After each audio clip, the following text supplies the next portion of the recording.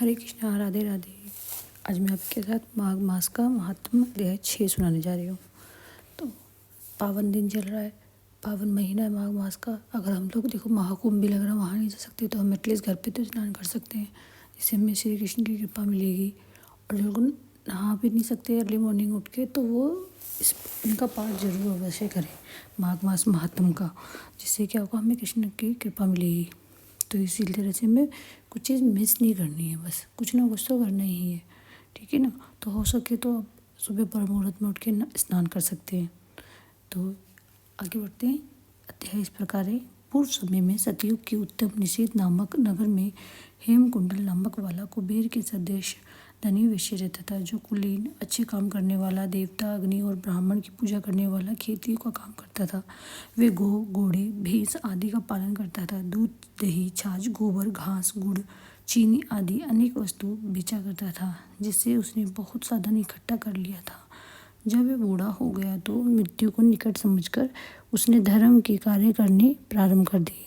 भगवान विष्णु का मंदिर बनवाया, कुआं, तालाब, बावड़ी, आम, पीपल आदि वृक्ष के तथा सुंदर बाग बगीचे लगवाए। सूर्योदय से सूर्यास्त तक वे दान करता।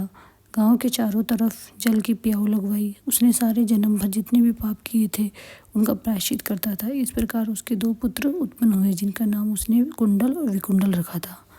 जब दोनों लड़के युवावस्था के हुए तो हेमकुंडल वैश्य गृहस्थी का सब कार्य सौंपकर तपस्या के निमित्त वन में चला गया और वहाँ उसने विष्णु भगवान की आराधना में शरीर को सुखाकर अंत में विष्णु लोक को प्राप्त हुआ। उसके दोनों पुत्र लक्ष्मी के मद को प्राप्त होकर बुरे कर्मों में लग गए। वैश्यगामी वीणा और बाजे लेकर वैश्याओं के साथ गाते फिरते थे। अच्छे सुंदर वस्त्र पहनकर, सुगंधित तेल आदि लगाकर, भांड और खुशामदियों से घिरे हुए हाथी की सवारी और सुंदर घरों में रहते थे। इस प्रकार ऊपर बोए बीज के सदृश वह अपने धन को बुरे कामों में नष्ट करते थे। कभी किसी सत्पात्र को दान आदि नहीं करते थे, ना ही कभी हवन देवता या ना तो कोई हवन किया, और देवता या ब्रह्मा जी की सेवा तथा विष्णु का भी पूजन नहीं करते थे, विष्णु जी का। थोड़े दिनों में उनका सब धन नष्ट हो गया और वे दरिद्रता को प्राप्त होकर अत्यंत दुखी हो गए। भाई, जन, सेवक, उपजीवी सब उनको छोड़कर चले गए। तब उन्होंने चोरी आदि करना आरंभ कर दिया और राजा के भय नगर को छोड़कर डाकुओं के साथ वन में रहने लगे और वहाँ अपने तीक्ष्ण बाणों से वन के पक्षी, हिरण आदि पशु तथा हिंसक जीवों को मारकर खाने लगे। एक समय इनमें से एक पर्वत पर गाय जिसको सिंह मारकर खा गया और दूसरा वन को गया जो काले सर्प के डसने से मर गया। तब यमराज के दूत उन दोनों को बांधकर यम के पास ले गए और कहने लगे कि महाराज, इन दोनों पापियों के लिए क्या आज्ञा है। तो इस तरह फिर चित्रगुप्त जी ने उन दोनों के कर्मों की आलोचना करके दूतों को कहा कि बड़े भाई कुंडल को घोर नरक में डालो और दूसरे भाई कुंडल को स्वर्ग में ले जाओ, जहाँ उत्तम भोगे। तब एक दूत तो कुंडल को नरक में फेंकने के लिए गया और दूसरा दूत बड़ी नम्रता से कहने लगा कि हे विकुंडल, चलो, तुम अच्छे कर्मों से स्वर्ग को प्राप्त होकर अनेक प्रकार के भोगों को भोगो। तब विकुंडल बड़े विस्मय के साथ मन में संशय धार कर दूत से कहने लगा कि हे यमदूत, मेरे मन में बड़ी भारी शंका उत्पन्न हो गई है, अतः मैं तुमसे कुछ पूछता हूँ, कृपा करके मेरे प्रश्नों का उत्तर दो। हम दोनों भाई एक ही कुल में उत्पन्न हुए हैं, एक जैसे ही कर्म करते रहे। दोनों भाइयों ने कभी कोई शुभ कार्य नहीं किया, फिर एक को नरक क्यों और दूसरे को स्वर्ग को क्यों किस प्रकार प्राप्त हुआ? मैं अपने स्वर्ग में आने का कोई कारण नहीं देखता।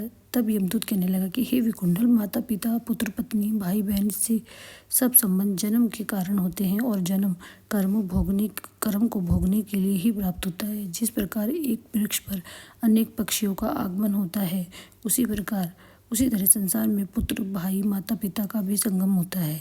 इनमें से जो जैसे जैसे कर्म करता है वैसे वैसे फल भोगता है। तुम्हारा भाई अपने पाप कर्मों से नरक में गया, तुम अपने पुण्य कर्म के कारण स्वर्ग में जा रहे हो। तब विकुंडल ने आश्चर्य से पूछा कि मैंने तो आजन्म कोई धर्म का कार्य नहीं किया, सदैव पापों में ही लगा रहा। मैं अपने पुण्य के कर्म को नहीं जानता। यदि तुम मेरे पुण्य के कर्म जानते हो तो कृपया कर बताइए। तब देवदूत कहने लगा कि मैं सब प्राणियों को भली भांति जानता हूँ, तुम नहीं जानते। सुनो, हरिमित्र का पुत्र सुमित्र नाम का ब्राह्मण था, जिसका आश्रम यमुना नदी की दक्षिणोत्तर दिशा में था। उसके साथ जंगल में ही तुम्हारी मित्रता हो गई और उसके साथ तुमने 2 बार माघ मास में श्री यमुना जी से स्नान किया था। यमुना जी में स्नान किया था। पहली बार स्नान करने से तुम्हारे सब पाप नष्ट हो गए और दूसरी बार स्नान करने से तुमको स्वर्ग प्राप्त हुआ है। सो हे वैश्यवर, तुमने 2 बार माघ मास में स्नान किया, इसी के पुण्य के फल से तुमको स्वर्ग प्राप्त हुआ है और तुम्हारा भाई नरक को प्राप्त हुआ है। दत्तात्रेय कहने लगे कि इस प्रकार वह भाई के दुखों से अति दुखित होकर नम्रता पूर्वक मीठे वचनों से दूतों से कहने लगा कि हे दूतों, सज्जन पुरुषों के साथ 7 पग चलने से मित्रता हो जाती है और कल्याणकारी होती है। मित्र प्रेम की चिंता न करते हुए तुम मुझको इतना बताने की कृपा करो कि कौन कौन से कर्म से मनुष्य यमलोक को प्राप्त नहीं होता, क्योंकि तुम सर्वज्ञ हो। इसी तरह से हमारा ये अध्याय समाप्त होता है। हरे कृष्णा, राधे राधे।